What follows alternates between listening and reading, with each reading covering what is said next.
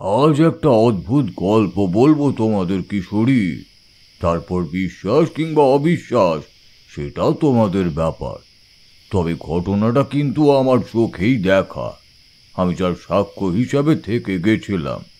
আর সবশেষে অদ্ভুতভাবে গল্পের এমন মোড় নিল যে প্রত্যেকে একেবারে চমকে গেছিলাম। আমি কখনো ভাবতে পারিনি একটা ঘটনা এইভাবে মোড় নিতে পারে। কল্পনা অতীত, তবে ঘটনা হয়তো এমনই ঘটে। সবকিছু কি আর আমরা আগে থেকে কল্পনা করতে পারি?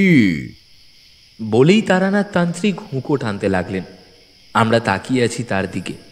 সবে আঁধার নেমেছে, চারি লণ্ঠনে আগুন দিয়ে গেল। ঘরটা একটা হলুদ আলোয় ভরে উঠল সাঁঝের অন্ধকার ভেদ করে। চারির এনে দেওয়া চায়ের কাপ থেকে ধোঁয়া উঠছে, সাথে কিছু বেগুনি দিয়ে মুড়ি মাখানো। এগুলো অবশ্য আমাদেরই নিয়ে আসা। বিকেল পেরোনোর পর বেশ সুন্দর বেগুনি ভাজা হচ্ছিল দোকানে, এই শীতে জমে যাবে বলে আনা। বাইরে কুয়াশা পড়ছে একটু একটু করে। মাঘ মাসের শুরুতেই কুয়াশা ভালোই পড়ছে। বাড়িগুলো নিস্তব্ধ হচ্ছে ক্রমশ। ঝিঁঝি ডাকছে তারস্বরে। কোনো একটা গাছের ডালে পেঁচা ডাকছে কেমন এক সুরে। কিশোরী চায়ের কাপে চুমুক দিয়ে বলে উঠল, আপনি বলতে শুরু করুন, তারপর শেষে গিয়ে না হয় আমরা বিচার করতে বসবো। থাক, তোমাকে আর বিচার করতে হবে না। গল্প শেষ করে তোমার মুখের হাঁ করে থাকা অবস্থা দেখলে আমার হাসিই পায়। তখন তুমি কি বিচার করবে না করবে তার কোনো ঠিক নেই। সে আবার এসেছে বিচার করতে। একটা পাসিং শো ধরিয়ে ফেললেন ঠাকুরমশাই। খান কতক টান দিয়ে বলতে শুরু করলেন ঘটনাটা। বিলাসপুর গ্রাম, মালদা জেলায় অবস্থিত। এই গ্রামের শেষ দিকটা বেশ নির্জন, অনেক বড় জঙ্গল আর বন নিয়ে গঠিত। সেই জঙ্গলের থেকে খুব কাছে যেই গ্রাম আছে তার নাম বিলাসপুর। বিলাসপুর গ্রামের ভেতরে সুউচ্চ বড় যে দোতলা লাল সাদা বাড়ি, সেটাই এই গ্রামের জমিদার রাধাকান্ত রায়ের বাড়ি। তার 3 পুত্রের মধ্যে 2 পুত্র বিবাহিত। ছোট পুত্র ব্রত এখনো বিয়ে করেনি, তার বয়স ওই 25 পেরিয়েছে। সুদর্শনও সে, কাজেই কম বিয়ের সম্বন্ধ আসেনি। অবশেষে সে রাজি হতেই তার বিয়ে ঠিক হলো। পাশের গ্রামের এক জমিদারের কন্যা নয়না হলো সেই কন্যা। নয়নাও বেশ সুশ্রী আর শিক্ষিত, কাজেই দুজনের জোড়াকে রাজজোটক বলে অভিহিত করেছে লোকজনেরা। সেই বিয়ার খুব দেরি নেই, কিন্তু বিয়ের মাঝেই দেখা দিল গন্ডগোল। গন্ডগোল হলো ব্রতর। প্রথম দিন থেকেই এক অদ্ভুত ব্যাপার ওর খেয়াল হলো।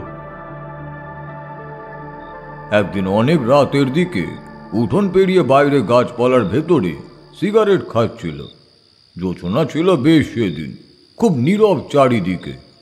2-1টা জোনাকি জ্বলছে চারিদিকে, সাথে ঝিঝি ডেকে চলেছে এক নাগাড়ে। গ্রামের বাড়িগুলো বেশ শান্ত। কোনো বাড়ি থেকে খুব টিমটিম করে আলো দেখা যাচ্ছে। কখনো ডেকে উঠছে 2-1টা কুকুরও, আবারও চুপ করে যাচ্ছে। শরতের পর একটু আধটু কুয়াশা পড়ছে, একটু হালকা শীতের আমেজ আছে। সিগারেট শেষ করে বাড়ির দিকে রওনা হলো। ওর আচমকা মনে হলো গেটের কাছে কেউ দাঁড়িয়ে আছে। বাগানের দিকে যেটুকু আলো আছে তার কিঞ্চিত এদিকে এসেছে। সেই আবঝা আলোতে তাকে খুব স্পষ্ট দেখা না গেলেও বোঝা যাচ্ছিল ওখানে কেউ ছিল। কিন্তু মুহূর্তেই যেন মনে হলো ওখানে কেউই নেই। ওর নিজের চোখের ভুল মনে হলো সেটা। এগিয়ে গেল, গেট পেরিয়ে ঢুকে গেল বাগানের রাস্তায়। বাড়িটা কেমন শান্ত, টিমটিম করে জ্বলছে লণ্ঠনগুলো। বাগানের থেকে ফুলের গন্ধ ছড়িয়ে আছে এদিকে বাতাসে। কোথায় একটা নিশাচর পাখি ডেকে চলেছে। যত পা ফেলছিল ততই কেন যেন মনে হচ্ছিল আরো কেউ হাঁটছে ওর সাথে। তার চলার শব্দ হচ্ছে ইটের রাস্তার ওপর দিয়ে। দাঁড়িয়ে গেল ব্রত, পিছনে তাকিয়ে চারিদিকে তাকালো, কিন্তু কাউকে সে দেখতে পেল না। ফের এগিয়ে গেল, আবার ওই একই শব্দ। আবারও দাঁড়িয়ে গেল। তার নিঃশ্বাসও পাচ্ছে বলে মনে হতে লাগলো ওর। হাঁটার সময় মানুষের যেটুকু নিঃশ্বাস পড়ে সেটুকুই আর কি।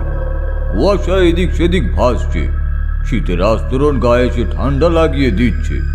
ফুলের গন্ধটাও আর উগ্রভাবেও নাকে এসে ধাক্কা দিচ্ছে। হাঁটতে শুরু করলো, ফের শব্দটা হচ্ছে।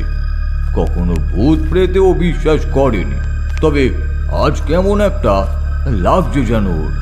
শরীরটা শিউরে উঠল। ব্রত ব্রত। নীরবতা ভেদ করে খুব নরম সুরে ওর কানে এসে বাজলো কথাটা। কেউ ডাকছে। পিছনে ফিরে তাকানোর আগেই একটা স্পর্শ পেল কাঁধে। একেবারে চমকে উঠল, কিন্তু পরক্ষণেই বুঝতে পারলো কেউ নেই ওখানটায়। সবটাই ওর মনের ভুল। সত্যি কি কেউই ছিল না ওখানে? টিমটিম করা আলোতে পায়ের খুব কাছে অন্ধকারে কি একটা জল জল করতে দেখা গেল। ঝুঁকে সেদিকে তাকাতেই চমকে পিছন থেকে লাফিয়ে পড়ল কয়েক পা। একটা সাপ দাঁড়িয়ে আছে। শরীরটা শিউরে উঠল। গায়ে এই সাপটা ছিল না তো? না, সেটাই বা কিভাবে হয়? এই সাপটা থাকলে এখন স্পর্শ হতো না, শীতল লাগতো। আর সাপ পড়বেই বা কোথা থেকে? ওপরে তো কোনো গাছ ইত্যাদিও নেই। তবে সাপের শরীরটা দেখে শরীর শিউরে উঠবেই বই কি। অন্তত 6 ফুট লম্বা তো হবেই। কেমন হিস করে এগিয়ে যেতে লাগলো সাপটা গাছগুলোর দিকে। এই বাগানে এত বড় সাপ আছে, কেউ কখনো তো দেখলো না ওরা। না, কাল খুঁজতে হবে লোক লাগিয়ে। বাড়িতে কোনো সমস্যা হতে পারে ভেবে এই সিদ্ধান্তই নিল। সাপের ব্যাপারে ভাবতে গিয়ে সেই শব্দের কথাটা ভুলেই গেল। সাপের ব্যাপারে বিস্তর চিন্তা মাথায় ঘুরতে লাগলো। কাউকে যদি কেটে দিত সাপটা এতদিন, ভাগ্যিস ও দেখেছে। না, বাবাকে কাল কিছু করতেই হবে। এইভাবে থাকলে কবেকার কি বিপদ আসতে পারে তার ঠিক নেই। বাড়ির দিকেই গেল সে। সাবধানে রাস্তার উপর তাকিয়ে হাঁটতে লাগলো। না, সারা রাস্তায় আর কিছুই ছিল না। তবে বারান্দায় উঠে আরো একটা শব্দ পেতে লাগলো। কে যেন হাঁটছে।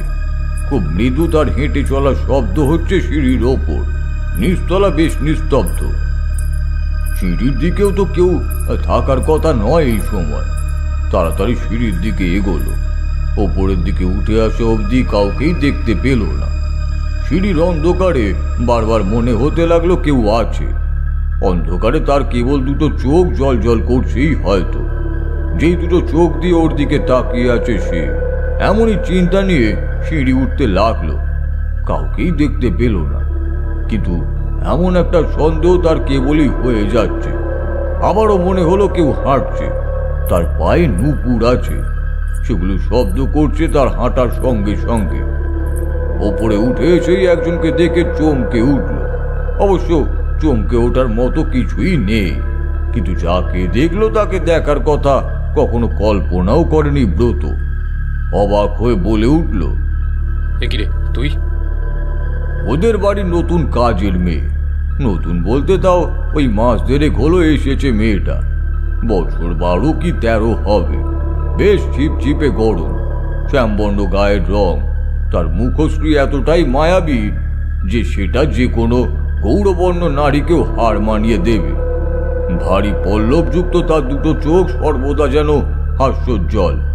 গোল গোল মুখের ওপর টিকালো নাক, আর গোলাপি রঙের দুটো ঠোঁট মুখটাকে আরো লাস্যময় করে তুলেছে। পরনে একটা রংচটা সুতির শাড়ি, তবে তাতেই ওকে অসামান্য লাগছে। মাথার ঢেউ খেলানো চুলগুলো দুদিকে নেমে গিয়েছে বুক অবধি। মেয়েটা একটু খিলখিল করে হাসলো। তার হাসির শব্দটা যেন ব্রতর কান ফালা ফালা করে দিল। ব্রত অবাক হয়ে জিজ্ঞেস করলো, তুই এখানে এখন? কি ব্যাপার? মেয়েটির নাম উমা। উমা এক অদ্ভুত হাসি দিয়ে বলল, কেন? আমি বুঝি রাতে বেরোতে পারি না? কিন্তু ওপরে কেন? একটা চিৎকার শুনলাম মনে হয়, তাই আমার মনে হলো ওপরে কেউ বিপদে পড়েছে। তুই একটা এতটুকু মেয়ে, বিপদের কথা না ভেবেই চলে এলি? উমা কিঞ্চিত বারান্দার কিনারে এসে দাঁড়াল। ওর মুখের অর্ধেক জোছনা দিয়ে ভেজা। নাকের পাটার ওপর ছোট্ট পাথরের নাক চাবি জল জল করছে। বিপদে পড়লে যে কেউ সাহায্য করতে পারে। আর এখন তো তেমন কেউ জেগে নেই, এখানে এসে দেখি সবাই ঘুমোচ্ছে। আচ্ছা, চিৎকারটা কোন দিক থেকে এলো বলুন তো? ও কিছু না, ওই আমি একটু চিৎকার করে ফেলেছিলাম আনমনে। তা তুই সেই চিৎকারও শুনতে পেয়েছিলি? হ্যাঁ, জেগেছিলাম বলেই। আপনার কিছু হয়নি তো? ছোট্ট মেয়েটার কৈফিয়ত শুনে একটু অবাকই লাগলো ওর, তবু ওর কৌতূহল দমানোর জন্যই মৃদু হেসে বলে উঠল, হ্যাঁ রে, তুই এবার যা ঘুমা, এত রাত অব্দি তুই একা জেগে। মেয়েটা নিচে নেমে যেতে লাগলো। ওর পায়ে নুপুরের ঝনঝন শব্দ তখনও হতে লাগলো। রাতে নীরবতাকে কিছুক্ষণ জাগিয়ে রাখলো সেই শব্দ।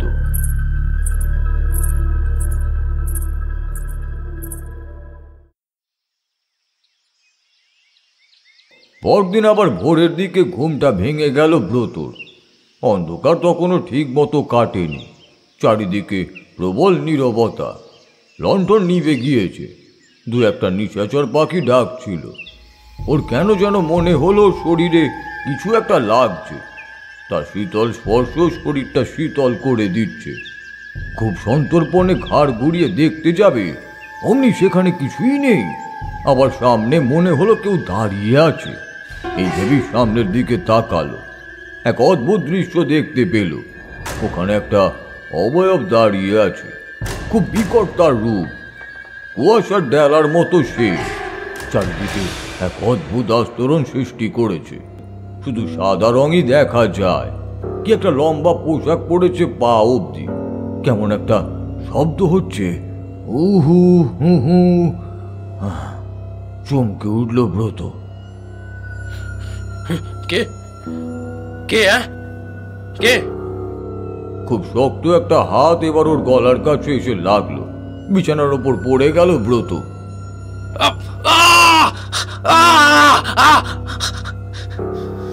বাড়ির লোকেরা সবাই এসে জড়ো হলো ওর ঘরের সামনে।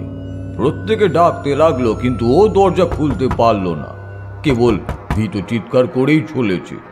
পুরুষ মানুষেরা ঠেলতে লাগলো দরজায়, কিন্তু দরজা খুলতেই পারল না। আচমকা এসে হাজির হলো উমা।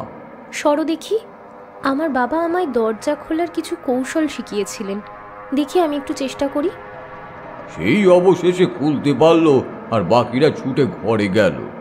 গিয়ে দেখলো তখনও চিৎকার করে যাচ্ছে ব্রত। সমস্ত লেপ কম্বল দিয়ে নিজেকে ঢেকে বলে চলেছে, যাও যাও, এসো না। কে কে কে? এসো না, কেউ আমার কাছে এসো না। যাও যাও, এসো না, যাও এখান থেকে, এসো না। ও দাদা গিয়ে ওকে ধরল। এই ভাই ভাই ভাই, তোর কি হয়েছে? নিজের মধ্যে যেন ফিরে এলো ব্রত। এদিক সেদিক সাবধানে তাকিয়ে ভীত কণ্ঠে বলে উঠল, একজন ছিল এখানে। কে ছিল? কই, কেউ তো ছিল না এখানে। জানালা দিয়ে একটা সাপ বেরিয়ে যেতে দেখলো এবার ব্রত। এই সাপটা এখানে কেন? আমি এটাকে সেদিন বাগানে দেখেছি। আমার ঘরে এই সাপটা কিভাবে এলো? পরদিন সাপ উড়ে এলো। সাপ ধরার জন্য অনেক চেষ্টাই করা হলো, কিন্তু কোনো সাপই বেরোলো না কোথাও থেকে। বেরোলেও ওরা যেটা খুঁজছিল সেটা পেল না। ব্রত একটু দমে গিয়ে বলে উঠল, সেই সাপটাকে আমি কেন বারবার দেখছি, আর কেউ দেখতে পাচ্ছে না কেন? আজকে এত বিন বাজলো, তবু এলো না কেন সেটা? একজন সাপ উড়ে হাসলো, হেসে বলল, ও না হয় আরেকদিন এসে দেখে যাব। অনেক সময় তারা অনেক দূরে যেতে পারে, তবে এখানে যখন বারবার দেখেছেন, তাহলে একদিন তো পাবোই। তারপর আর কোনো ভয়ের ঘটনা ঘটলো না ওর সাথে। একদিন নিজের হবু শ্বশুর বাড়িতে গেল ঘুরতে। সেই বড় বনের পাশ দিয়ে যে রাস্তাটা যায়, তাড়াতাড়ি গিয়ে সেটাই ধরল সে। একাই গেল গরুর গাড়িতে করে। সেদিন ভোজের আয়োজন ছিল, কাজেই ফিরতে একটু সন্ধে পেরিয়ে গেল বই কি। সেই বড় বনের সম্মুখ দিয়ে আস্তে আস্তে দেখল চারিদিক ক্রমশ গাঢ় অন্ধকারে ছেয়ে গেছে। গাড়িতে একটা লণ্ঠন জ্বলছে, সেটার আলোতে সব কিছু স্পষ্ট দেখা যাচ্ছে না। বেশ বাতাস বইতে শুরু করেছে, শীতল ঝোড়ো বাতাস। গাড়ি এগোনো অবধি যেন খুবই কষ্টকর বলে মনে হচ্ছে। বাতাসের গতি গাড়ির উল্টো দিকে। গাড়োয়ান হাঁপিয়ে উঠছে। আসছে না, কিছুতেই এগোনো যাচ্ছে না দাদাবাবু। তুমি এক কাজ করো। বলেই একটু বসলো ব্রত। কিন্তু এখানে দাঁড়াবোই বা কোথায় বলো তো? তখনই সশব্দে এমন একটা বাতাস এলো যে ওদের গাড়ি অবধি উল্টে যাওয়ার জোগাড় হলো। গরুগুলো চিল্লিয়ে উঠল। ঝড়ের শব্দের সাথে গরুদের শব্দের জায়গাটা এক অদ্ভুত শব্দ তরঙ্গ সৃষ্টি করলো। এখানে আশেপাশে কোনো বাড়ি ঘরও নেই, বনও অনেক দূর। ওরা কোথায় আশ্রয় নেবে? গাড়ি থেমেই আছে। গরুগুলো তখনও চিৎকার করেই চলেছে। ব্রত চিন্তিত কণ্ঠে বলে উঠল, কিন্তু আজকে তো এত ঝড় কিংবা বৃষ্টি হওয়ার কোনো লক্ষণই ছিল না। হঠাৎ এরকম ঝড় শুরু হলো কি করে বলো তো দামোদর কাকা? এ তো আমিও বুঝতে পারছি না ব্রত, কি করবো এইভাবে। আচ্ছা, গাড়ি কি এগোনোর কোনো উপায় নেই? নেই, দেখছো না গরুগুলো অবধি কেমন ভয় পেয়ে আছে। এই বৃষ্টি হলো বলে কত আধার, যাবই বা কোন দিকে? লণ্ঠন বাতাসের গতিতে কোনো মতে টিকে আছে। ব্রত চুপ করে রইল। দামোদর কাকার সমস্ত কথা বাতাসের কানে এসে পৌঁছালো না। কেন যেন মনে হচ্ছে এখানে অনেক বড় বিপদের সংকেত।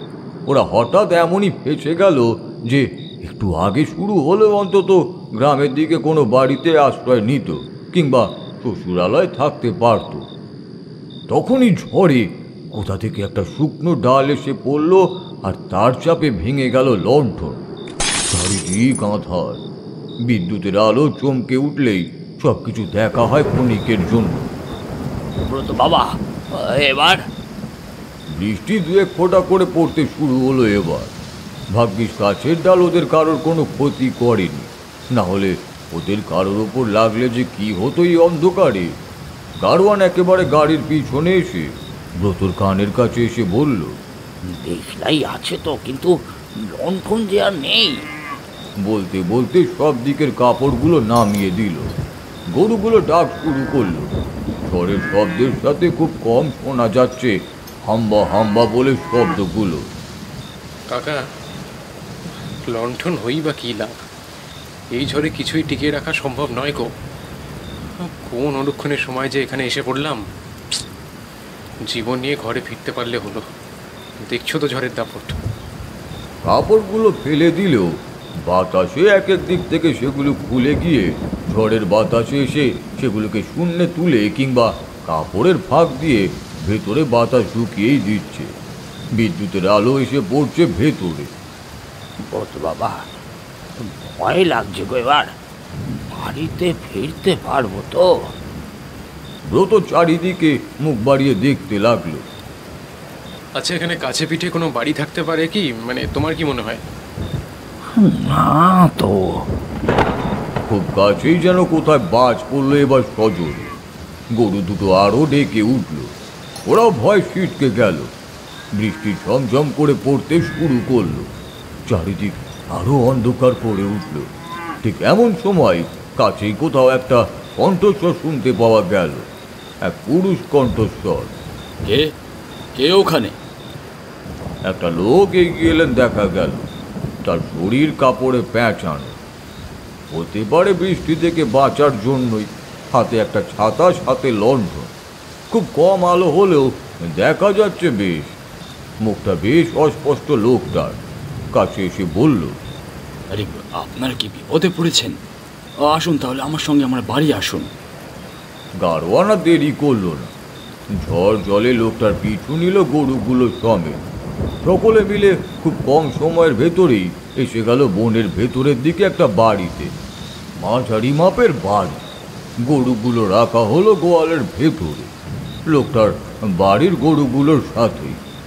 ভিজে গেছে বলে চট দেওয়া হলো তাদের ওপর। ওরা দুজনে লোকটাকে অনুসরণ করে তার বাড়ির বারান্দায় এসে উঠল। বনের ভেতরে বাড়িটা। চারিদিক থেকে বনের গাছেদের মরমর কর্কর শব্দ শোনা যাচ্ছে। তবে বাড়িটা বেশ শক্তপোক্ত, চারিদিকে বড় বড় কয়েকটা ঘর। এই দিকটা যে বাড়ি আছে কখনো দেখেইনি ওরা, আর না তো কল্পনাও করেছে। একটা ঘরে এসে ঢুকলো তারা, তারপর গা মুছে নিল। লোকটা ওদের দুজনকে ভেতরে নিয়ে এলো, আর বাড়ির কাউকেই চোখে পড়ছে না। বেশ আরাম লাগছে। ঘরটা ছিমছাম, ভেতরে বেশ দামি আসবাব। মনে হলো খুব সচ্ছল একটা পরিবার। কাঠের টেবিলের ওপরে সাজানো ফলের ঝুড়ি।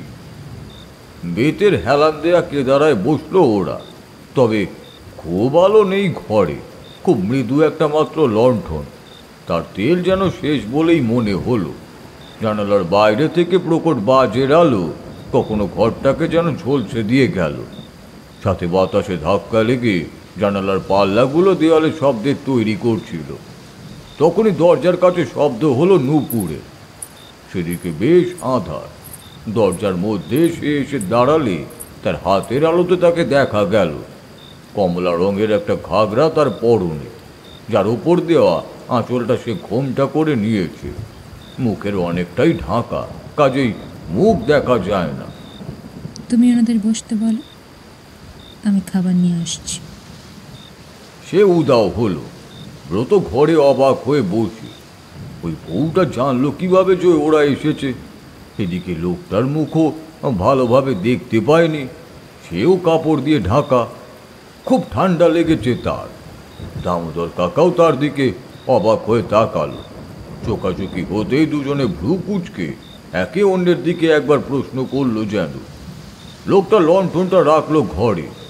সব দিক বেশ আলোকিত হলো। ঠিক তখনই আবার দরজায় ঝনঝন শব্দ। কতগুলো খাবার ভর্তি থালা। বউটা এসে ঘরে ঢুকছে। ঠিক তখনই ব্রত সামনেই দেওয়ালে একটা ছবি দেখতে পেল। ওর মুখ বিবর্ণ হয়ে উঠল। চিৎকার করার ভঙ্গিতে বলে উঠল, ওগুলো ওগুলো কারা? বউটা এবার ঈষৎ ঘোমটা তুলে ঠিক করে হাসল। পাচ্ছেন কেন আপনি? ব্রত ঘরটা থেকে দ্রুত বেরিয়ে এলো, আর তার পিছনে অবাক হয়ে ছুটে বেরিয়ে আসতে লাগলেন দামোদর কাকা। আরে কি হলো তোমার বাবা? আর কিছু বলতে পারলো না সে। কিছু একটা আঘাত এসে লাগলো। সে মাটিতে লুটিয়ে পড়ল। চিৎকার করে উঠল ব্রত। কে কে কে কে কে? তার চিৎকার শেষ হবার আগেই চোখের সামনে কিছু একটা দেখে সে থমকে গেল। তুমি কে? কে তুমি? কে তুমি? আঘাত এসে তার মাথায় লাগলো। তার বাড়ির লোক রাতেই খুঁজতে বেরিয়েছিল। ব্রত শ্বশুর বাড়ি থেকে টেলিফোনও করেছিল, জিজ্ঞেস করেছিল ব্রত ফিরছে কিনা। যে ঝড় বৃষ্টি, কিন্তু সে তো ফেরেনি। কাজেই তারা বৃষ্টি কমে যেতেই বেরিয়ে পড়ে তাকে খোঁজার জন্য।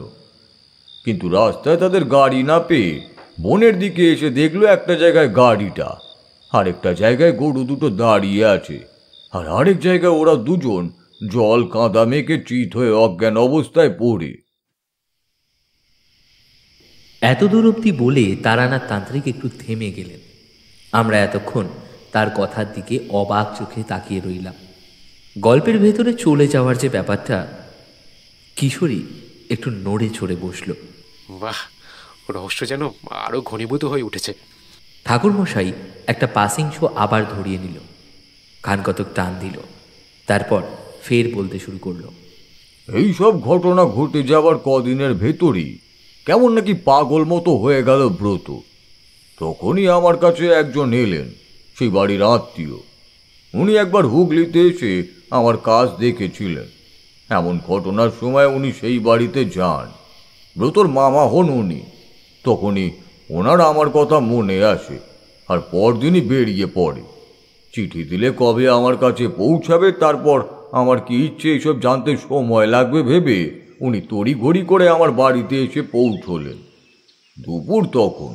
আমি দাওয়ায় বসে একজনের ভাগ্য গণনা করছিলাম। চৈত্র মাসের খাঁ খাঁ রোদ্দুর, চারিদিকে বসন্তের আমেজ। বুনো ফুলের গন্ধ, কোকিলের ডাক, শুকনো সাদা মাটি, গাছেদের পাতা ঝরিয়ে রং নিয়ে সাজতে থাকা। লোকটার নাম হরিদাস। এসেই বললেন, বলছি আপনাকে খুব শীঘ্রই একবার যেতে হবে। আপনি না গেলেই নয়, আমার ভগ্নিপতি খুব খারাপ অবস্থার মধ্যে দিয়ে যাচ্ছে, কেউ কিছুই ধরতে পারছে না। আপনি যেমন খরচ দেবেন ওনারা দেবে, ওনাদের সেতে কোনো অসুবিধে নেই। আপনাকে তাই আমি নিয়ে যেতে এলাম। সেদিন আর মোটে যাওয়া হলো না। সেদিন সে আমার বাড়িতেই অতিথি হিসাবে থেকে গেলেন। পরদিন আমি তার সাথে বেরিয়ে পড়লাম মালদহ, তারপর বিলাসপুর গ্রাম। আমরা যখন পৌঁছলাম তখন বিকেল। গ্রামের মুখে ঢুকতেই এক অন্য জগতে যেন হারিয়ে গেলাম। চারিদিকে পাখিদের কিচিরমিচির হওয়ার মাঝে মাঝে কোনো কোনো ডাল থেকে উঠে আসছে কোকিলের কুহু শব্দ। আমলকি বনের মাঝ দিয়ে পথ। আমি বললাম হেঁটেই যাই। গাছে গাছে এক অন্য সৌন্দর্য, ফুলের গন্ধ যেন এক অন্য মাদকতা তৈরি করেছে। শুকনো মাঠঘাট, পর্ণমোচী গাছেদের নিচে শুকনো পাতার জঙ্গল। হাঁটতে গেলে খসখস শব্দ করছে। যেখানে মাটি শক্ত নেই সেখানে বালি ভাসছে। একটু স্পর্শ হতেই সেগুলি বাতাসে থাকে। মাঠে বাচ্চাদের খেলার হইচই, পুকুর, খাল, বিল এখন বেশ শুকনোই চারিদিকে। বড় বাড়িটার সিংহদুয়ারে এসে পৌঁছালাম আমরা। সেটা খুলে দিল দারোয়ান। বাড়ির ভেতরে পা দিতেই এক অন্যরকম অনুভূতি হলো আমার। একটা অন্যরকম শক্তির অনুভূতি হলো। কিছু না কিছু তো আছেই এখানে। বাড়ির লোকেরা ছুটে এলো, আমায় প্রণাম করলো এক এক করে। তখনই অদূরে দাঁড়িয়ে থাকা এক কৌতূহলী বাচ্চা মেয়েকে দেখতে পেলাম। বাগানের শেষ দিকে দাঁড়িয়ে সে। তার পিছনে আলো জ্বলছে বলে তার মুখটা খুব স্পষ্ট নয়। সূর্যাস্তের পর খুব কম আলোয় তার মুখে যেটুকু দেখা যায় আর কি। 11-12 বছরের মেয়েটির বয়স হবে। মাথার লম্বা চুলের বিনুনি পড়ে আছে ওর বাম বুকের ওপর। পরনে একটা লাল হলুদ শাড়ি। ওর শ্যামবর্ণ মুখে কি যেন একটা আকর্ষণীয় ব্যাপার আছেই আছে। তার মুখটা দেখলেই সেই ব্যাপারটা যেন লক্ষ্য করা যায়। আমি মৃদু হেসে তার দিকে তাকাতেই দেখি সে সোজা বাড়ির দিকে দৌড় দিল। আচ্ছা, ওইটিকে? আমি আমার কথাটা বাড়ির বড় ছেলেকে বললাম। সে সেদিকে তাকিয়ে কাউকেই দেখতে পেল না। বলল, কে? আমিও দেখলাম সে নেই। খুব দ্রুত ছুটে সেই জায়গাটা ত্যাগ করেছে বলেই মনে হলো। তবে তার মুখটা আমার এখনো বেশ মনে আছে। কি একটা আকর্ষণীয় যেন আছে ওই ছোট্ট মেয়েটার ডাগর দুটো চোখে। রাতে কেন আচমকা আমার ঘুমটাও ভেঙে গেল। চারিদিকের নীরবতা নিয়ে খুব তাড়াতাড়ি ঘুমিয়ে গিয়েছিলাম। রাত তখন কটা বাজে জানি না। আমার মনে হলো কেউ যেন দাঁড়িয়ে আছে ঘরের দরজায় হেলান দিয়ে। সে বারবার দরজায় হেলান দিচ্ছে আর উঠে দাঁড়াচ্ছে সোজা হয়ে। একটু শব্দ করছে। বারান্দার মৃদু আলোটা এই ঘরের মেঝেতে যেটুকু ঢুকছে তার ছায়া দেখতে পাচ্ছি। আমি পায়ে পায়ে এগিয়ে এলাম সেদিকে। কোনো রকম শব্দ করলাম না। এই ঘরটা বেশ আঁধার এখন, চারিদিকে যেমন শুনশান। দরজায় হাত রাখতেই ভারী কিছু এদিকে একটু ঝুঁকে গেল। তাড়াতাড়ি সামনে তাকালাম, কিন্তু কাউকেই পেলাম না। কিন্তু আমি যে তাকে অনুভব করতে পারলাম। বেশ ভারী মনে হচ্ছিল। এইসব তবে কি ছিল? বারান্দার ওপর ঘরের বাইরে থাকা সাদা পর্দাগুলো কেমন বাতাসে ভাসছে। এই কম্পিত মৃদু আলোতে তাদের খেলা এক অন্য দৃশ্য সৃষ্টি করছে। টিপ টিপ পায়ে একটু এদিক সেদিক করতে লাগলাম। নিচের বাগান থেকে বেল ফুলের একটা গন্ধ আসছে। কোথায় একটা নিশাচর পাখি ডেকে উঠল। কখন যেন সিঁড়ি দিয়ে নিচে নেমে এলাম। সিঁড়ির কাজটা এখন বেশ আঁধার। জোছনার আলো এসে পড়ছে একটু আধটু। কেবলই মনে হচ্ছে আমার পিছনে কেউ আছে। এই ভেবে আমি বারবার পিছনের দিকে তাকাতে লাগলাম, কিন্তু কাউকেই সেখানে দেখতে পেলাম না। কেউ নেই সেদিকে। মাদানো আলোয় এক অস্পষ্ট ছায়া এক এক সময় দেখতে পেলাম। তবে কল্পনায় নাকি বাস্তবে সেটাই তো বুঝতে পারছি না। আমার তো এতটা ভ্রম হবার কথা নয়, তবু কেন যেন আজ হচ্ছে। সিঁড়ির শেষ ধাপে আছি, ঠিক এমন সময় মনে হলো পিছনে কেউ ছুটে পালিয়ে গেল এদিক থেকে সেদিকে। আমারও সব কিছু নিস্তব্ধ। বড় বারান্দা, মোটা করে ধাম করা। নেমে এলাম বাগানে। পুকুরের দিকে চোখ গেল, আর তখনই আমি কাউকে ওখানে দেখলাম। যেন কাছে গেলাম, পুকুরের শান্ত জলে অর্ধেক চাঁদটা এসে ধরা দিয়েছে। পাড়ে কদম গাছের ওপর পাখিদের ডানা ঝাপটানো শোনা গেল কিঞ্চিত। নিচে ঝোপ জঙ্গলে জোনাকি জ্বলছে। এই তুমি এখানে? ছোট্ট মেয়েটা আমার কথা শুনেই ফিরে তাকালো। একটা বড় পাথরের চাইয়ের ওপর বসে পা দোলাচ্ছে। উঠে ফ্যাল ফ্যাল করে তাকালো আমার দিকে। পালিয়ে যাবার মতো মনে হলো। আমি হেসেই বললাম, আমায় দেখে কি ভয় পাওয়ার মতো লাগে? আমি কিন্তু খারাপ নই। অমন ভীতু ভাব কেন তোমার? মেয়েটি সাধারণ হয়েই বলে উঠল, না, কোথায় পালাবো? ঠাকুরমশাই, আপনি এখানে? তুমিও বা কেন তো রাতে জেগে আছো? তোমার ভয় করে না? মেয়েটি আমার দিকে করুণ দৃষ্টিতে তাকিয়ে আছে। আমরা পাশাপাশি দুটো পাথরের ওপরে বসলাম। দুটো ঝিঝি ডাকলো কোথাও। আমার রাতে জেগে থাকতে ভালো লাগে। তোমাকে কেউ কিছু বলে না? আমার তো কেউ নেই। কেউ নেই মানে? এই বাড়ির লোক তোমার কে হয়? দূরে কতগুলো শৃগাল মনে হলো একসাথে ডেকে উঠল। মেয়েটি হাঁটুতে মুখ গুজে একটু হাসল। আমি এই বাড়ির কাজের লোক। বড় দাদাবাবু আমায় জঙ্গলে একা পেয়ে নিয়ে এসেছিল। একা? তোমার বাবা মা? নেই, ডাকাত মেরে ফেলেছিল। খুব খারাপ লাগলো শুনে। মেয়েটি একটু উদাস হলো, একটু থেমে বলে উঠল, বনের শেষ প্রান্তে আমরা থাকতাম। আমার বাবা অনেক কাজ করে টাকা জমিয়েছিল, কিছু মোহরও পেয়েছিল। সেগুলো নেওয়ার জন্য একদিন ডাকাত এলো। ওদের দুজনের কেউই সেগুলো দিতে না চাইলে দুজনকে মেরে গেল। বাবা মা জীবন দিয়েও আমায় বাঁচতে সাহায্য করেছিল। আমি অন্ধকার জঙ্গলে পালিয়ে একটা শিব মন্দিরে উঠি। শিব মূর্তির আড়ালে লুকিয়ে থাকি। তারপর আমার আর কিছু মনে নেই। বাড়ি এসে দেখেছিলাম বাবা মা কেউ আর নেই। সমস্ত নিয়ে গেছিল ডাকাত দল। অনেক খারাপ হয়েছিল তো। আচ্ছা, এই ডাকাত দলকে কি তুমি চিনতে? আমি তাদের চিনি। ঠিক সময় এলে আমি প্রত্যেককে শাস্তি দেব। আমার বাবা মায়ের যেমন মৃত্যু হয়েছিল, তেমনি আমি তাদের শাস্তি দেব এক এক করে। ওদের সবার মৃত্যু হবে আমার হাতে। তুমি দেবে শাস্তি? তুমি কেন? আর কেউ কি নেই তাদের শাস্তি দিতে পারে? তোমার বয়স যে কম তা তুমি জানো না? আসলে ওরা তো মস্ত বড় ভয়ঙ্কর হয়, কত নিষ্প্রিয় হয়, কত লোকে খুন করে। ওরাও জানে না যে উমা কত ভয়ঙ্কর হতে পারে। পৃথিবীতে গরিব মানুষদের সাহায্য করতে কেউ সময় নষ্ট করবে না ঠাকুরমশাই। আমি একলাই সব পারব। আমি ওদের শেষ করব। আমি শুধু সময় অবধি অপেক্ষা করছি। আমি জানি যে মহাদেবের একনিষ্ঠ ভক্ত ছিল, তারা সেই স্বয়ম্ভু শিব আমায় সাহায্য করবেন। আমি কিছুতেই হেরে যাব না। সমস্ত পাপের শাস্তি তারা পাবে। ওর কণ্ঠে ঝরে পড়ছিল রাগ আর এক অদ্ভুত প্রতিহিংসা। এইটুকু মেয়ের ভেতর এত শক্তি থাকতে পারে আমার কল্পনাও ছিল না। হয়তো এই কারণেই ওর নাম উমা। শিবের অর্ধাঙ্গিনী ছিলেন উমা। সকল কালোকে নাশ করেছেন যেই রূপ। আমি মৃদু হেসে বললাম, সব কিছুর আগে ভাববে উমা। কোনো সাহায্য লাগলে বলবে, আমি তোমাকে সাহায্য করব। সে শুধু একটু হাসল।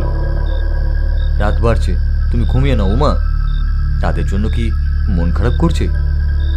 আমি রাতে তারা দেখলেই আমার মন ভালো হয়ে ওঠে। আমার মা বলতেন, কখনো তারা আমায় ছেড়ে চলে গেলে আমি যেন তারাদের দিকে তাকিয়ে তাদের দেখি। আমি ওর মাথায় হাত রাখলাম। উমা, তুমি অনেক বড় যোদ্ধা। জীবন দেখবে তোমায় কেমন শানিত অস্ত্র দিয়ে তৈরি করে। ঈশ্বর তাদেরই বেশি নিরীক্ষ করে যাদের তরোয়াল হিসাবে দেখতে চান। সে হেসে চোখের জল মুছল। আশীর্বাদ করবেন ঠাকুর মশাই। আচ্ছা, এই বাড়িতে কিন্তু আমি অদ্ভুত কোনো শক্তির অনুভব করি। তারা যদি তোমার কোনো ক্ষতি করে, তোমার ভয় করে না? এক অদ্ভুত কথা বলল মেয়েটি এবার। আমার কি বলি মনে হয় প্রত্যেকে নিজের পাপের ফল ভোগ করে। তার ভাগ্যে যেটা লেখা থাকে সেটাই হয়। তার প্রভাব কিঞ্চিত আমাদের ভাগ্যে পড়লেও আমাদের সেটার ভাগীদার হতে হয় না। তাই মনে হয় উনি যেগুলোর সম্মুখীন হচ্ছেন সেগুলো কেবল তার। আমার ভয় করে না। আমি বাবার সাথে আর মায়ের সাথে অনেক দুর্যোগ কাটিয়েছি, অনেক দুর্গম পথ পাড়ি দিয়েছি। আমি যেন কোনো দেব শিশুর সামনে আছি, এমনই অনুভূত হতে লাগলো আমার। এইসব কথা তোমায় কে শিখেছ মা? আমার বাবা আর মা, ওনারাই শিখিয়েছেন। শিব মন্দিরে যখন মা পুজোর কাজ করতেন, আমি তার পাশে দাঁড়িয়ে ঈশ্বরের সাথে তার গভীর সম্পর্ক অনুভব করতাম আর এইসব শুনতাম। বাবার সাথে যখন অনেক দূরে যেতাম, সেই দুর্গম পথের সাথে অনেক কিছুই শিখতে চেষ্টা করে যেতাম। জীবন সত্যিই খুব সুন্দর মনে হতো আমার। আচ্ছা, তোমার জীবন সত্যিই অসাধারণ মা। তোমায় এমন জায়গায় মানায় না। তোমার স্বাধীন জীবন হয়তো তোমার জন্য উচিত ছিল। সময় আমায় যেখানে নিয়ে যাবে আমি তো সেইখানেই পৌঁছাবো ঠাকুরমশাই। কোনো স্থান কিংবা পেশা আমায় ভাবায় না, সবটাই এক। ত্রিলোকেশ্বর যেটা লিখেছেন সেটাই আমার সাথে হবে। আমাদের তো হাতে কিছুই নেই, তাই না? জীবনের অনেকগুলো ধাপ থাকে। আপনিও তো জানেন ঠাকুরমশাই, নিজের জীবন দিয়েই দেখুন না। মেয়েটা কি অদ্ভুত কথা বলতে পারে বই কি। আমি এক প্রশান্তির হাসি দিলাম। আমি চাই তুমি ঠিক স্থানে গিয়ে পৌঁছে যাও একদিন। তোমার মহাদেব তোমার সাথে থাকবে। উমা, তুমি এক অদ্ভুত মেয়ে, এগিয়ে যাওয়ারও।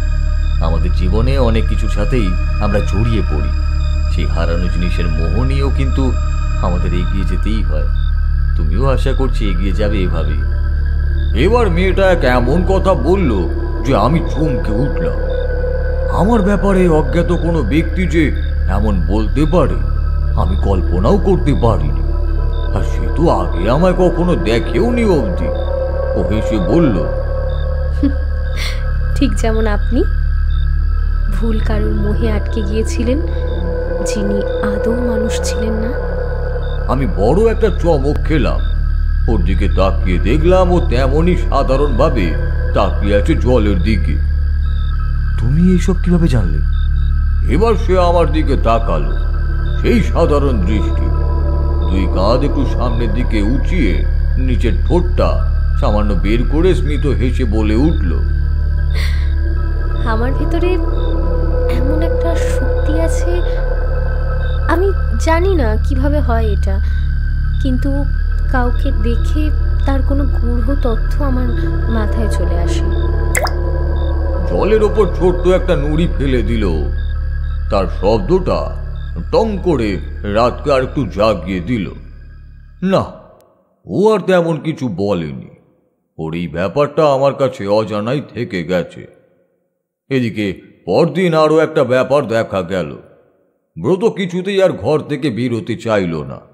ও ঘরের আঁধারে সিটকে রইল। কেউ যেতেই দু হাতে নিজেকে আঁকড়ে চিৎকার করেই গেল, না না না না, এসো না, কেউ এসো না এখানে। না না, কেউ না, কেউ এসো না। তার দাদাকে ডেকে বলে উঠলাম। ওর অবস্থা ধীরে যেন পাগলের দিকে যাচ্ছে। আমি এত কিছু করছি কিন্তু সে তো তেমন কিছুই বলতে পারছে না। কাকে দেখছে বা কি দেখছে? বরং ওর ঘরের সামনে পাহারাদার রেখে দেওয়া উচিত হয় বলে মনে হয়। আর আমি এদিকে দেখি কি করা যায়। আর মন্ত্রপুত ছাই ওর ঘরের চারিদিকে দিলাম, যাতে কোনো অশরীরই ওর ঘরের সামনে আসতে না পারে। দুপুরের দিকে সবাই নিচে ছিল, আমিও তাই। একবার একটা কি দরকারে নিচের ঘরে যাব বলে ওপরের দিকে এগিয়ে এলাম। সিঁড়ি পেরোনোর পর প্রথমে কতগুলো ঘর আর তারপর ব্রতর ঘর, তারও কয়েকটা ঘরের পর আমার ঘরটা। চারিদিকে তখন প্রবল রকমের নীরবতা। একটা উদাস ঘুঘু ডেকে চলেছে চালে, রোদ্দুর বেঁকে পড়েছে সারা বারান্দায়। কোথা থেকে দমকা একটা বাতাসের ঝাপটা চারিদিকে বয়ে চলছে।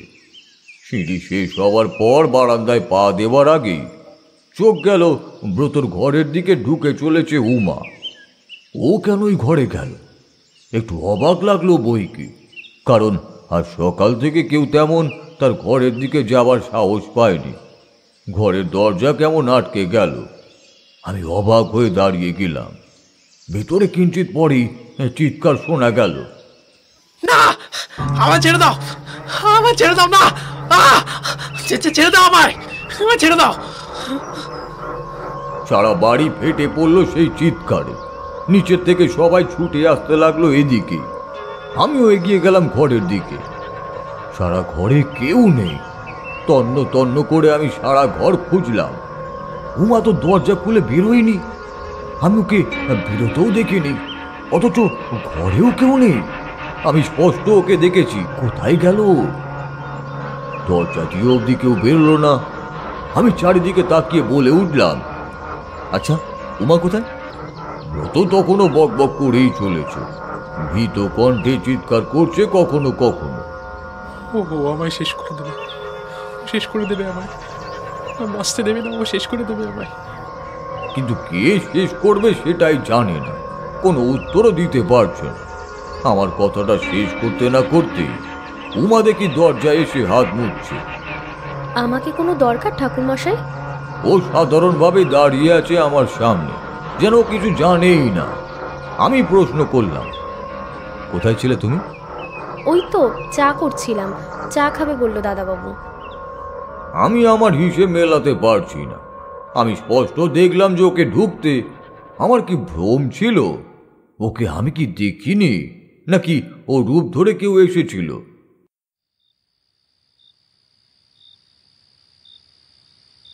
অনেক রাতের দিকে আমার সেদিন ঘুমটা ভেঙে গেল। কোনো গোঙানির শব্দ পাচ্ছি বলে মনে হচ্ছে। কেউ ঘুমিয়ে চলেছে আর তার শব্দটা ঢেকে দিচ্ছে একটা রাগী কর্কশ শব্দ। উঠে বললাম।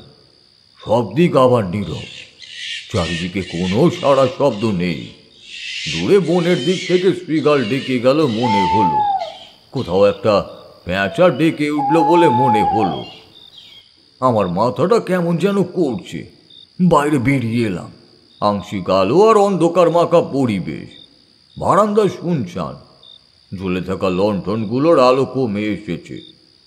কোনোটার বা সলতের শেষ তেলটুকু নিগড়ে নেওয়ার মুহূর্ত। বারান্দার নিচে দাঁড়িয়ে থাকা বাগানে আবছায়া কালো মূর্তি দেখা যায়। আমি স্পষ্ট আবার শব্দ পেলাম। মনে হয় ব্রতর ঘরের দিক থেকে শব্দটা আসছে। সন্তর্পণে এগিয়ে গেলাম। বুকের ওঠানামা বেড়ে যেতে লাগলো। ভেতরে কি কেউ আছে? আমি তাকে আজ ধরেই ছাড়ব। আচ্ছা, এমন একটা শব্দে পুরো বাড়ি ঘুমিয়ে আছেই বা কিভাবে?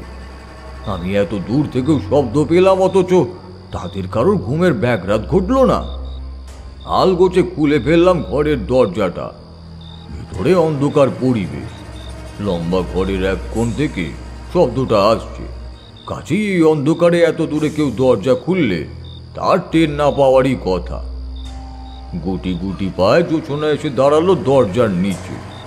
খুব বেশি নয় তার তেজ, তাই ভেতরে থাকা কেউ সেটা এত দূর থেকে ঠিক লক্ষ্য করবে না। ঘরের ভেতরে কেবল আঁধার। আমিও সেই আঁধারে মিশে গিয়ে নিজেকে সুরক্ষিত মনে করলাম। আলোর চাইতে আঁধার বেশি সুরক্ষা প্রদান করে আমাদের। এগিয়ে চললাম খুব শান্ত পায়। ঠান্ডা শীতল মেঝের ওপর পা পড়তে সারা গায়ে একবার করে বিদ্যুৎ খেলে যায় যেন। এক কোণে তখনও দুটো গলার স্বর স্পষ্ট। একটা কেবল রাগী আর ঘর ঘরে, সেটা যে একটা নারী কণ্ঠ এটা বোঝা গেল। অন্যটা ব্রত, সে চিৎকার করেই চলেছে, আমি জানি না, আমি কিচ্ছু জানি না, আমি জানি না, আমি কিচ্ছু জানি না, আমি জানি না। আমি ছুটে গেলাম এবার সেদিকে। হাতে লণ্ঠন জ্বালিয়ে রাখলাম একদিকে। ব্রতকে ধরেছিল এক নারী মূর্তি। আমি তার পিছনটাই কেবল দেখতে পেলাম সে দেওয়ালের ঠেসে ধরেছে ব্রতকে। অদ্ভুত যে এক নারী, তার গায়ে প্রচন্ড বল। ধস্তাধস্তির কারণে বিছানার পাশে থাকা সবকিছুই প্রায় এলোমেলো ভাবে মেঝেতে পড়তে থাকলো আর ভেঙে যাওয়ার শব্দ হতে লাগলো। একটা সময়ের পর আমি পিছন থেকে তার গলা ধরে ফেললাম। তুই আর কিছুতে লুকিয়ে যেতে পারবি না। আর ঠিক তখনই চমকে উঠলাম, আমার হাতে কেউই নেই, চারিদিক শূন্য। মেঝেতে ফেলে রাখা লণ্ঠন বেশ দাউ দাউ করে জ্বলছে। সেই আলোয় সামনে কেবল ব্রতকেই দেখলাম, চারিদিক শূন্য।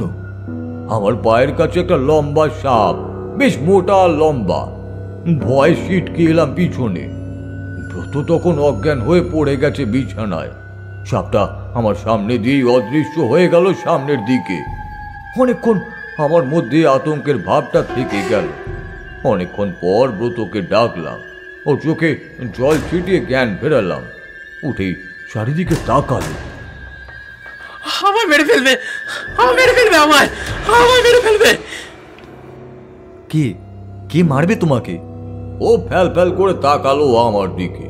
বাইরে দু একটা পায়ের শব্দ শোনা গেল। অনেকক্ষণ পর বাইরে এসে দেখলাম রহস্যময় ভাবে দাঁড়িয়ে আছে উমা। ও আমায় দেখেই আমার দিকে ছুটে এলো। ঠাকুরমশাই, ভেতরে কি হয়েছে?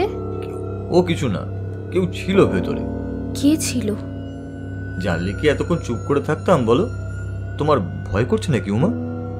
হ্যাঁ, ওই একটু। কি যে হলো না ছোট দাদাবাবুর। কেমন ভালো লোকটা, এমন হলে কি আর ভালো লাগে বলুন? ভারী কষ্ট হয়। আমি ওর দিকে তাকালাম। কেমন একটা ভাব লেগে আছে ওর মুখের ওপর, খুব রহস্যময়। চোখের দৃষ্টিতে একটা চঞ্চলতা, আগে আমি এমন দেখিনি। নিজের ঘরের দিকে এগিয়ে এলাম। মাথার ভেতরে অনেক রকম চিন্তা ঘুরতে লাগলো। সবকিছুই কেমন যেন ওলট পালট লাগছে। ওই মেয়েটা উদাও হওয়ার পর ওই সাপটা এলো কোথা থেকে? তখন উমা ঘরে ঢুকলো, আবার সেও উধাও।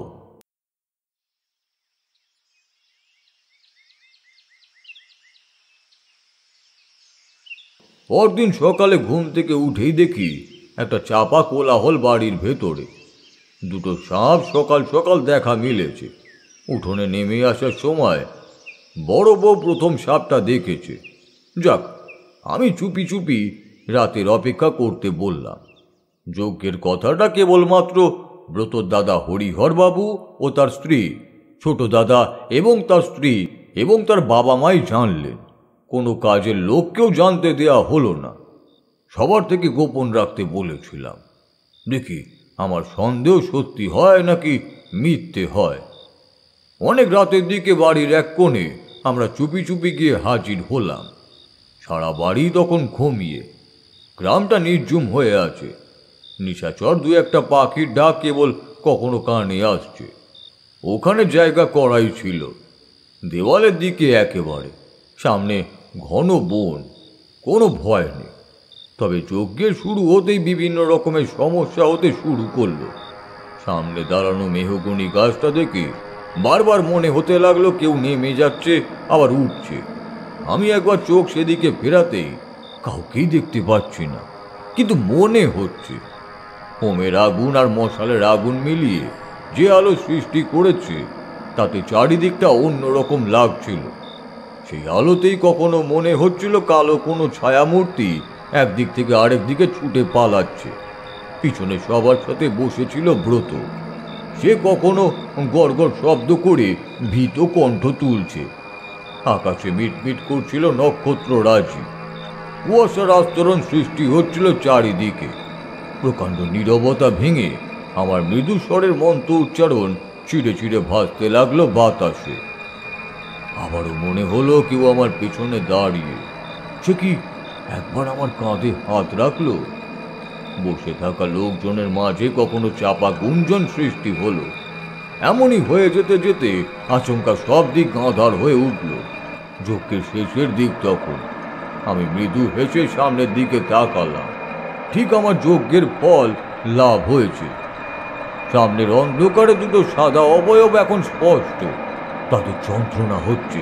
তারা স্পষ্ট না বললেও তাদের চাপা চিৎকার আর কাঁপতে থাকা দেখে বোঝা যাচ্ছে সেটা। পিছনে ঝোপ জঙ্গল আর অন্ধকারের সামনে তারা দাঁড়িয়ে। আমার পিছনে থাকা ব্রত চিৎকার করেই বলে উঠল, এসেছে এসেছে এসেছে এসেছে। আমি সামনে তাকালাম। যজ্ঞের আগুনে দু একটা শব্দ হতে লাগলো। তার আগুনের তেজ কখনো বাড়তে লাগলো, আবার কখনো কমতে লাগলো। তার মানে দুজন অপশক্তি ছিল এই বাড়িতে। আমি একটা মন্ত্র বলতে ওরা দুজনে আরো চিৎকার করে উঠল। এক নারী কণ্ঠ আর একটা পুরুষ কণ্ঠ।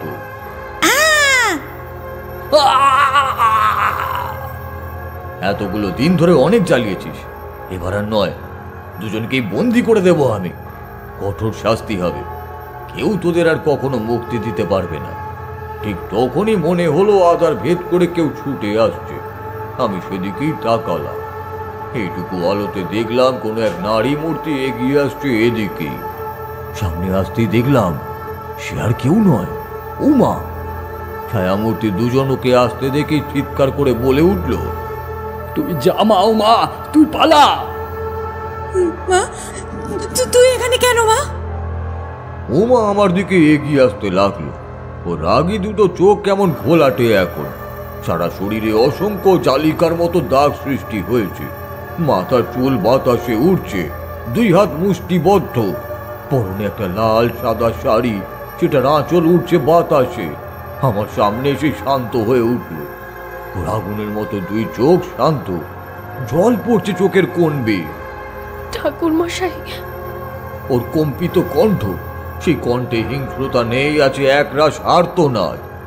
আমি চাইলেই আপনাকে শেষ করতে পারতাম, কিংবা এখনো পারবো, কিন্তু ঠাকুর মশাই, আপনাকে দেখে আমার শ্রদ্ধা জন্ম নিয়েছে, আর এখনো আমি আপনাকে শ্রদ্ধা করি। আজ ওই দুজনকে শেষ করার আগে আমায় কিছু বলতে সুযোগ দিন ঠাকুর মশাই। আমি উঠে দাঁড়িয়েছি, অবাক কণ্ঠেই বললাম, ঠিক আছে, বলো, কি বলার আছে তোমার? এই গ্রামের শেষে একদিকে যে বড় বন আছে, সেই বনের কয়েক মাইল দূরে গভীরে আছে একটা মহাদেবের মন্দির। সেই স্বয়ম্ভু শিবের মন্দিরেই ওই দুজন, অর্থাৎ আমার বাবা মা নন্দন আর বৃষালী নাগ, মণি পাহারা দিতেন। আমার বাবা আর মা ইচ্ছেধারী নাগ নাগিন। মহাদেব তাদের এই মন্দিরে নাগমণি পাহাড় দিতে রেখেছিলেন। তাদের সন্তান রূপে এলাম আমি। আমার বাবা মাও আমার মতোই কখনো মানুষের রূপ, আবার কখনো নাগ নাগিনের রূপে থাকতেন, কারণ তারা ইচ্ছেধারী। আমাদের জীবনে কোনো রকমের সমস্যা ছিল না। তারপর একদিন এই পাপিষ্ঠ ব্রত কোনো রাতে সেই বনে হাজির হয়েছিল একটা দরকারে, আর কোনোভাবে সেদিন রাতে এক উজ্জ্বল জ্যোতি দেখতে পায়। মন্দিরের ভেতরে উঁকি মেরে দেখেছিল সেই মণি, আর সে জানত কিছুতেই সেই মণি সে একাকে নিয়ে আসতে পারবে না।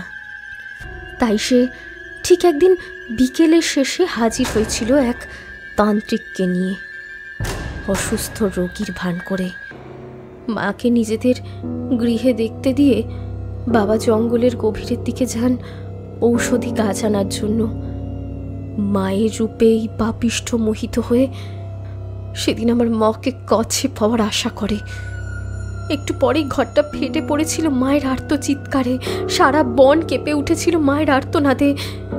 মা সেদিন কিছুতেই নিজের রূপে আসতে পারেননি, কারণ ব্রত এমন কিছু নিয়েছিল যাতে মা সাধারণ মানবী থেকে কিছুতেই নাগিন হতে পারবে না।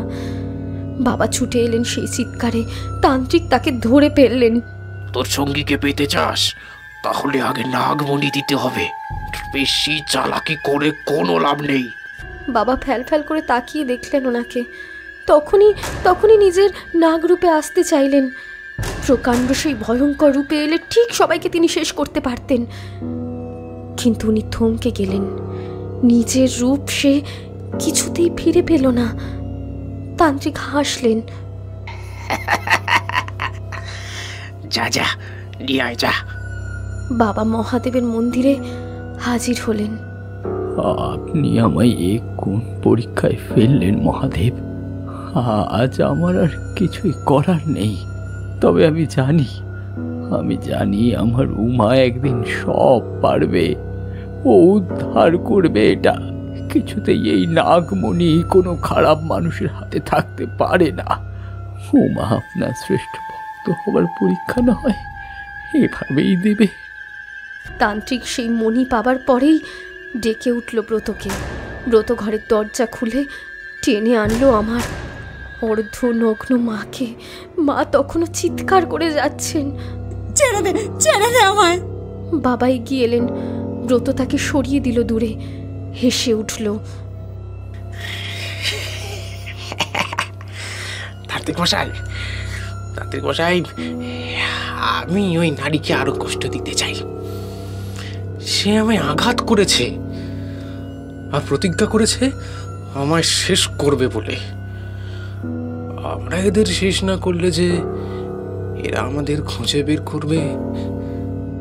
আমি ছোট্ট উমা যখন নদীর ধার থেকে খেলে ফিরছিলাম, তখন বাবা আর মাকে ওরা ধরে রেখেছিল। তারও অনেক দূরে দাঁড়িয়ে থাকা মহাদেবের মন্দিরের ঘণ্টাগুলো বাতাসে বেজে উঠল।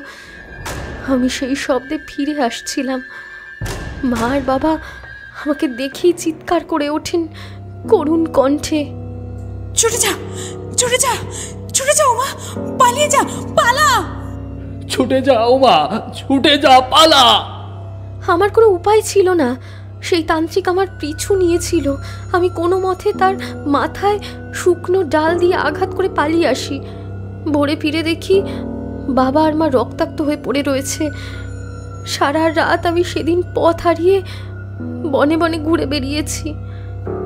আমি অনাথ হয়ে গেলাম। বাবা মা নিথর পড়ে আছেন। মহাদেবের মন্দিরে এসে তাকিয়ে রইলাম ত্রিকালদর্শীর দিকে। মহাদেব, আমি অনাথ হয়ে গেলাম, আপনি আমার শক্তি দিন।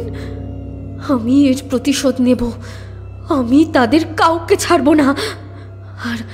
আর আমি সেই নাগমণি ফেরত নিয়ে আসব। মুহূর্তেই একটা আলোর জ্যোতি বিচ্ছুরণ হলো। ডমরু বেজে ওঠা শুনতে পেলাম। মায়ের কথাগুলো মনে পড়ল। মহাদেব থাকতে আমরা কেউ কখনো অনাথ নই। বাবা বলতেন, মারে, ওনার সমস্ত কার্যের পিছনেই কোনো না কোনো কারণ থাকে। তাই আমি সবটা মেনে নিয়েছিলাম। আমার রূপ বদলে গেল যাতে ব্রত চিনতে না পারে। আমিও হয়ে উঠলাম ইচ্ছেধারী নাগিন। তারপর ফিরে এলাম এখানে। ব্রত ততদিনে সেই তান্ত্রিককেও মেরে ফেলেছিল নাগমণি নিয়ে ঝামেলার জন্য। আর পড়ে রইল ব্রত। আমার বাবা আর মা ফিরে এলেন এই রূপে, তাকে আতঙ্ক দিয়ে তিলে তিলে শেষ করতে। আমিও তাই করতে লাগলাম ওর থেকে নাগমণি পাওয়ার জন্য। ঠাকুরমশাই আমাদের সুযোগ দিন। এই ছোট্ট মেয়েটার থেকে ওই পাপিষ্ঠ তার পিতা মাতাকে ছিনিয়ে নিয়েছে। দুজন শ্রেষ্ঠ রক্ষককে মেরেছে মহাদেব মন্দিরের সামনে ওই পাপিষ্ঠ। আমাদের সুযোগ দিন। আমার চোখ দিয়েও জল বেরিয়ে এলো। কখন যেন ওর বাবা আর মাকে মুক্ত করে দিয়েছিলাম। এবার ভয়ে পালাতে লাগলো ব্রত। আমার চোখের সামনে বিশালাকার এক সাপে পরিণত হলো উমা। ওর কোমর থেকে সাপ আর ওপরটা মানুষ। লেজ দিয়ে শক্ত করে ধরলো ব্রতকে। দেখ, চিনতে পারছিস আমায় পাপিষ্ঠ? ব্রত শূন্যে উঠে হাঁপাতে লাগলো। ছেড়ে দে। আরে তান্ত্রিক, কেমন তুমি? এদের সাহায্য করতে পারো না? কেমন তান্ত্রিক তুমি? পিছনে গুঞ্জন উঠল। আমি মোহিত হয়ে মশালের আলোতে তাকিয়ে আছি উমার দিকে। মনের ভেতরে ভক্তি জেগে উঠল। ওকে কি দারুণ লাগছে। ওর চোখের দৃষ্টিতে আগুন, মাথার চুল বাতাসে ভাসছে। ওর পরনের পোশাক বদলে গিয়েছে এক অদ্ভুত পোশাকে। তোর নাক পাশে ছটপট করছে। বল নাগমণি কোথায়? ব্রত আর পারছিল না। উমা যতবার নিজের লম্বা জীব ওর সামনে আনছিল, ততবার ওর কণ্ঠ শুকিয়ে গেল। বাড়ির লোক এগিয়ে গেল সেই দুই অশরীরীর দিকে। অবশেষে ভয়ে শুষ্ক কাঁপা গলায় বলে ফেলল ব্রত, ওই ওই আমার ঘরে মূর্তির ভেতরটায়, সেই পুরো বৌদ্ধ মূর্তির ভেতরে। উমা আমার দিকে তাকালো। আমি মৃদু হেসে সেদিকেই ছুটে গেলাম। আমার শরীর কাঁপছিল সেই মণি দেখে। কি ভয়ঙ্কর আলোয় ছেয়ে গেল বোন। আমি ধরে দাঁড়িয়ে আছি। উমা আমায় বিশ্বাস করে। হেসে আরেকবার শক্ত একটা প্যাঁচ দিল নিজের লেজ দিয়ে ব্রতকেও। কোকিয়ে উঠল ব্রত। তবে এখনো বিক্রি করতে পারিসনি? তোর তো ইচ্ছে ছিল বিদেশে চালান করে আরো কোটিপতি হওয়া। আজ তোকে আমি কোটিপতি করছি। এবার কেঁপে উঠল উমা। ও চোখের সামনে ভেসে উঠল সেদিনের সেই সন্ধে, ওর মার বাবার করুণ স্বর। পালিয়ে যাও মা, পালিয়ে যা। ভাগ উমা, ভাগ। সেই ভয়ঙ্কর মৃত্যু, সেই একটা রাত, রক্তাক্ত বাবা মা, আমি তোকে খুব কষ্ট দিয়ে শেষ করব। বলে চোখ মেলে তাকালো। একটা ছোবল দিল ঠিক ব্রতর কপালে। তার আগে বারবার চিৎকার করছিল ব্রত, ছেড়ে দাও, ছেড়ে দাও, আমায় ছেড়ে দাও, আমি ক্ষমা চাইছি, ক্ষমা চাইছি, আমার ছেড়ে দাও, ছেড়ে দাও, আমায় মেরো না, আমায় ছেড়ে দাও। কিন্তু ছোবল খাবার পরে লুটিয়ে পড়ল। ওকে ফেলে দিল উমা। 1 মাস ভুগতে হবে ওকে। মৃত্যু ওর দোরগোড়ায় দাঁড়িয়ে তামাশা দেখবে। মৃত্যু চাইবে ও, কিন্তু মরবে না। সারা শরীর জুড়ে লক্ষ কাটা ফুটে ওঠা যন্ত্রণা হতে থাকবে প্রত্যেক মুহূর্তে। মৃত্যু ভিক্ষা করবে ও, কিন্তু শরীর পচে যাওয়ার আগে ও মরবে না। হর হর মহাদেব। ঠাকুরমশাই একটু থেমে গেলেন। চারিদিক বড্ড শান্ত এখন। আমি আর কিশোরী আটকে আছি যেন কোথায়, কিছুই বলতে পারছি না। সত্যি গল্পটা এদিকে যাবে ভাবতেই পারিনি। অনেক কষ্টে বলে উঠলাম, তারপর উমা? সেই মন্দিরে ওকে ফিরে যেতেই হলো। ওর বাবা মায়ের অন্তিম সংস্কার করেছিল, আমিও সাথ দিয়েছিলাম। সেই মন্দির দেখার সৌভাগ্যও হলো আমার। নাগমণি স্থাপন করলো ও নিজের হাতে। ওর জীবন সঙ্গীর জন্য তারপর অপেক্ষা করতে হবে ওকে। সে নাকি শীঘ্রই ওর জীবনের বাঁকে জুড়ে যাবে বলে বাণী ছিল।